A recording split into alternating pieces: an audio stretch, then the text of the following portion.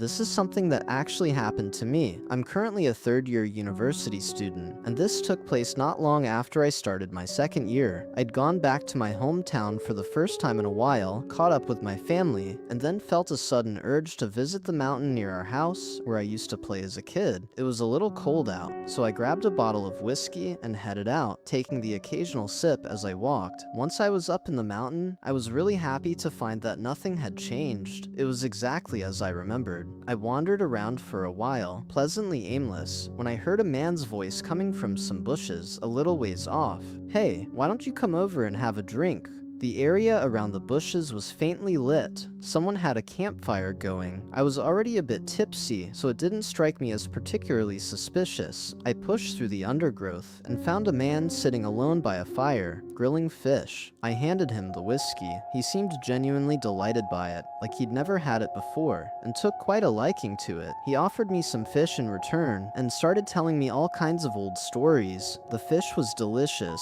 The stories were entertaining, and I remember having a genuinely good time. After a while, the man said, "You should head home soon." I stood up and told him he could keep the rest of the whiskey. His face broke into a wide smile, and he loaded me up with fish, wild vegetables, all sorts of things from the mountain. It was only then, in that moment, that I really looked at his face for the first time. He only had one eye. Strangely, I felt no fear, and I still don't quite understand why I hadn't noticed until then. I just accepted it somehow, and said my goodbyes. When I got home and gave the food to my grandmother, I told her what had happened. She laughed and said, "Sounds like you met something good up on that mountain." And I just thought, oh, so that's why he liked the whiskey so much, and found myself laughing too. It all made a strange kind of sense. I think I'll head back up there sometime with another bottle of whiskey.